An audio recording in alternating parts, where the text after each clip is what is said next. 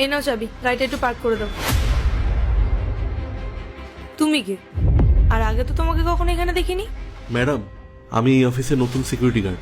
তুমি এখানকার security guard মানে? এখানকার সিকিউরিটি গার্ড তো গোপাল। গোপাল,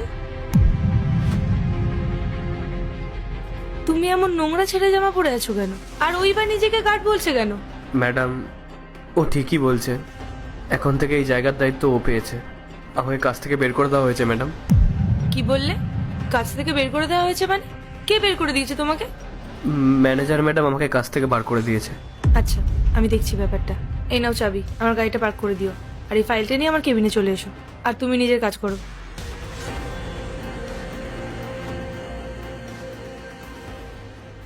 আপনি কোনো টেনশন করবেন না, আপনার প্রজেক্টটা আপনি ঠিক সময় মতো পেয়ে যাবেন। হ্যাঁ, ঠিক আছে। ম্যাডাম, আচ্ছা, রাখছি। এই যে আপনার ফাইল আর এই যে আপনার গাড়ির চাবি। তোমাকে কাজ থেকে কেন বের করা হয়েছে?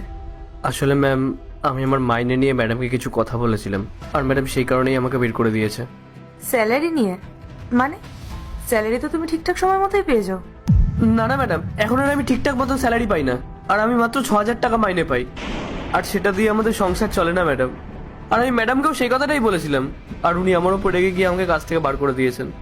কিন্তু তোমার স্যালারি তো 16,000 টাকা, তাহলে তুমি 6,000 টাকা মাইনে পাও কেন? ম্যাডাম, আমি সত্যি কথা বলছি, আমি মাত্র 6,000 টাকাই মাইনে পাই। আর ম্যাডামকে আমি আমার মাইনেটা বাড়াতে বলেছিলাম বলেই উনি আমাকে কাজ থেকে বার করে দিয়েছেন। তোমার জয়েন করার সময় তো বলা হয়েছিল যে তুমি মাসে 16,000 টাকা করে স্যালারি পাবে।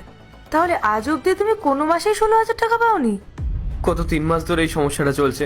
আমি ম্যাডামকে অনেকবার বলেছিলাম যে আমার মাইনেটা বাড়িয়ে দিতে, কিন্তু উনি আমার কোনো কথাই শোনেননি। ঠিক আছে, তুমি বাইরে গিয়ে বসো, আমি ডাকছি তোমাকে। ঠিক আছে ম্যাডাম।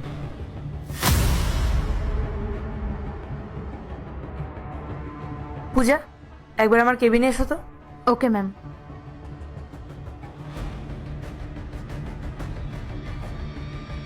হ্যাঁ ম্যাডাম, বলুন কি হয়েছে? পূজা, গত কয়েক মাস ধরে একটা জিনিস লক্ষ্য করছি, আমাদের কোম্পানিতে বারবার সিকিউরিটি গার্ড চেঞ্জ হচ্ছে। এটার কারণ কি? ম্যাডাম, আমি ঠিক জানি না, ওরা নিজেরাই কাজ ছেড়ে দেয়। সবাই ঠিকঠাক মতো স্যালারি পাচ্ছে তো? দেখো পূজা, আমি চাই না আমার কোম্পানি থেকে অসন্তুষ্ট থাকুক। তুমি সবাইকে ঠিক টাইম মতো স্যালারি দাও তো? অবশ্যই ম্যাডাম, আমি সবাইকে টাইম মতোই স্যালারি দিয়ে দিই। তাহলে ওরা কাজ ছেড়ে চলে যাচ্ছে কেন? কেউ কি কোনো কারণ জানায়নি তোমাকে? ম্যাডাম, ওরা তো গ্রাম থেকে আসে, বলে যে কারোর মা অসুস্থ, কারোর বাড়িতে কোনো প্রবলেম হচ্ছে, এই বলেই সবাই কাজ ছেড়ে দেয়। দেখো পূজা, এভাবে বারবার লোক পাল্টানো কোম্পানির জন্য ঠিক না। এমন কাউকে খোঁজো যে অন্তত 1 বছর এখানে থেকে কাজ করবে। আর তুমি এক কাজ করো, একটা এগ্রিমেন্ট করিয়ে নাও, এই 1 বছরের আগে যদি কেউ কাজ ছাড়ে তাহলে আইনি ব্যবস্থা নেওয়া হবে। ঠিক আছে ম্যাডাম, আমি দেখছি কি করা যায়। তাহলে এখন আমি আসি। না, তুমি একটু দাঁড়াও। গোপাল, এদিকে এসো তো। ম্যাডাম, আপনি একে কেন ডাকলেন? ও গ্রাম থেকে এসেছে, ওর অনেক ফ্যামিলি প্রবলেমও আছে, কিন্তু শুনলাম ও নাকি কাজ করতে চায়, আর ওকে কাজ থেকে বের করে দেওয়া হয়েছে। কি গোপাল, তুমি কাজ করবে তো? হ্যাঁ ম্যাডাম, নিশ্চয়ই করব। এই কাজের আশাতেই তো গ্রাম থেকে আসা। তাহলে তোমাকে কাজ থেকে বের করা হলো কেন? ম্যাডাম, ও মিথ্যা কথা বলছে। ও আমাকে নিজে বলেছিল যে ওর মায়ের শরীর খারাপ, তাই ও কাজ করতে পারবে না।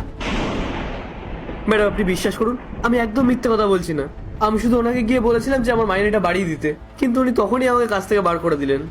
ম্যাডাম, আপনি কেন ম্যাডামের সামনে মিথ্যে কথা বলছেন? ম্যাডাম, ও উল্টোপাল্টা কথা বলছে। তুই একবার বাইরে চ, তারপর আমি তোর সাথে কথা বলছি। কি এমন কথা আছে যেটা আমার সামনে বলা যাচ্ছে না? পূজা, আমি এই কোম্পানির বস। ফান্ড থেকে শুরু করে স্যালারি ম্যানেজমেন্ট সব আমার নির্দেশে হয়। তুমি আমাকে একটা কথা বলো তো, তুমি কোম্পানির সাথে এই বেইমানিটা কেন করলে? তুমিও ভেতরে এসো। ম্যাডাম, আপনি এদেরকে কেন ডাকছেন? আর আপনি ওদের কথা বিশ্বাস করছেন, আমার কথা বিশ্বাস করছেন না? তোমাকে কত টাকা স্যালারি বলা হয়েছে? ম্যাডাম, আমাকে তো বলা হয়েছে প্রতি মাসে 6,000 টাকা। এই, একদম চুপ কর, একটাও মিথ্যা কথা বলবি না। ম্যাডাম, ম্যাডাম আপনি বিশ্বাস করুন, আমি ওকে 16,000 টাকা স্যালারির কথাই বলেছিলাম। ম্যাডাম, আপনি আমাকে মিথ্যে কথা বলছেন কেন? আপনি তো আমাকে 6,000 টাকাই বলেছেন। দেখো পূজা, আমি তোমাকে শ্রদ্ধা করি, তার কারণ তোমার কাজ ভালো, কিন্তু তাই বলে তুমি এই গরিব মানুষদের কষ্ট করে উপার্জন করা টাকা নিজের কাছে রেখে দেবে? ওদের স্যালারি 16,000 টাকা, আর তুমি ওদেরকে দিচ্ছ মাত্র 6,000 টাকা। তুমি একবার ভেবে দেখেছো? ওরা তো গ্রাম থেকেই শহরে এসে থাকছে, ওরা বাড়ি ভাড়া দেবে কি করে? আর ওরা গ্রামেই বা কি পাঠাবে? তোমার কি মনে হয় ওদের কি কোনো স্বপ্ন নেই? ম্যাডাম, তুমি নিজে 80,000 টাকা স্যালারি পাও, তাতে কি তুমি সন্তুষ্ট নও? একটা কথা মনে রেখো পূজা, ওপরে ভগবান আছেন, উনি কিন্তু সবটা দেখছেন। অসৎ পথে রোজগার করা টাকা দিয়ে কেউ কোনোদিন সুখে শান্তিতে থাকতে পারে না। আমি চাইলেই তোমায় পুলিশে দিতে পারি বা তোমাকে কাছ থেকে বার করে দিতে পারি, কিন্তু আমি তোমাকে একটা শেষ সুযোগ দিচ্ছি। এটাই তোমার লাস্ট ওয়ার্নিং। সরি ম্যাম, আমার ভুল হয়ে গেছে। আসলে টাকার লোভে আমি অন্ধ হয়ে গেছিলাম। আমি ভেবেছিলাম ওরা তো অসহায়, ওরা আপনার কাছে এসে কিছু বলার সাহস পাবে না, তাই আমি ওদের টাকাটা নিজের কাছে রেখে দিয়েছিলাম। প্লিজ ম্যাডাম, আমাকে ক্ষমা করে দিন। আমি আপনাকে কথা দিচ্ছি এরপর থেকে এরকম ভুল আর কখনো হবে না।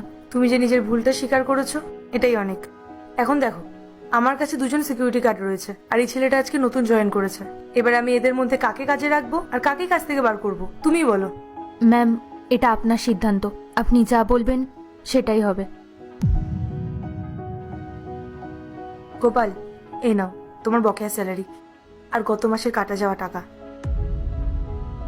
এখন থেকে তোমরা দুজনেই এখানে কাজ করবে, একজন ডে শিফট করবে, একজন নাইট শিফট। কি গোপাল, তুমি নাইট শিফট করতে পারবে তো?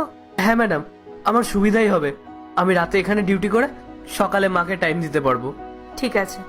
আর পূজা, আমি চাই এরপর থেকে বিজনেস যেন আরো ভালো হয়, আর তুমি যেন সততার সাথে কাজ করো। থ্যাংক ইউ ম্যাম, আমি আপনাকে কথা দিচ্ছি এরপর থেকে আমি খুব মন দিয়ে আর সততার সাথে কাজ করব।